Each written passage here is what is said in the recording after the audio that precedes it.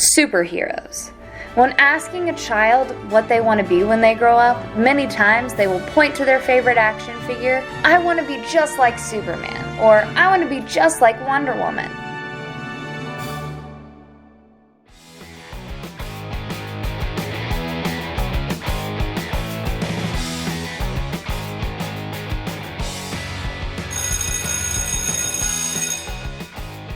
Immunity to illness and fatigue sounds like something from one of those fictional stories. But what if it's actually possible? Isn't it frustrating when lawmakers take away your ability to choose, especially when it comes to being healthy? What about children? Should they have the opportunity to have the healthiest life possible? It's no secret that there are thousands of genetic diseases that range from problematic to debilitating. Somatic cells, or those not involved with reproduction, have been successfully modified. However, human germline modification is in its early stages. This procedure, through in vitro fertilization, would insert genes into living embryonic cells at 5 days old by attaching the preferred genes to a viral vector that works as a pair of scissors to cut, remove, and replace the problematic genes. In the near future of this human germline editing technology could change millions of lives, but only if it's allowed to continue.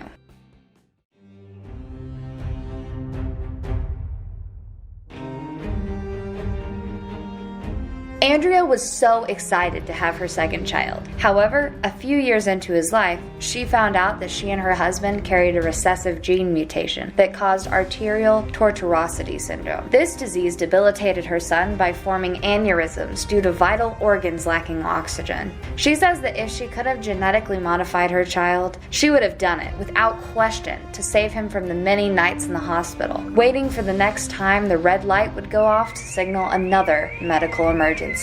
Should lawmakers be able to prevent Andrea from accepting the appropriate help for her child in his early stages of development? In the case of this life-changing scientific discovery, the parents of tomorrow are going to be the ones driving the discoveries. That means you, by voting, will either allow the positive effects of genetic modification, or you will allow others to prevent help for people like Andrea and her son.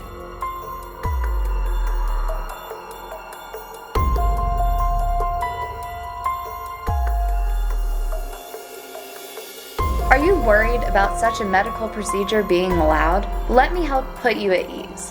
First, some argue that hereditary effects to these improved children could be negative. However, it's important to remember that the effects of germline editing could cure thousands of diseases, and making that hereditary, even with possible side effects, would still be in the best interest of the child and the future generations of children. This is also the next step in medicine, following vaccinations and antibiotics, to remove disease genes related to diseases that are currently close to uncurable, such as cancer.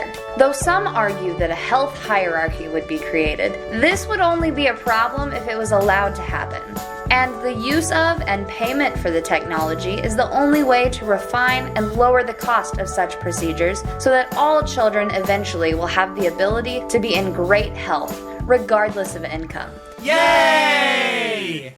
The important thing to remember is that this will allow for parents to be more certain about the health of their future child, and that all people will have the choice to decide what's best for their own health. And what's more important than that? Think about all the benefits this technology will have: curing sickle cell anemia, heart disease, high blood pressure, Alzheimer's disease, arthritis, diabetes, cancer, obesity, cystic fibrosis, Huntington's disease, hemochromatosis, sickle cell anemia, and many more. Will you choose to create the best and healthiest life for the future that you can by allowing germline genetic modification?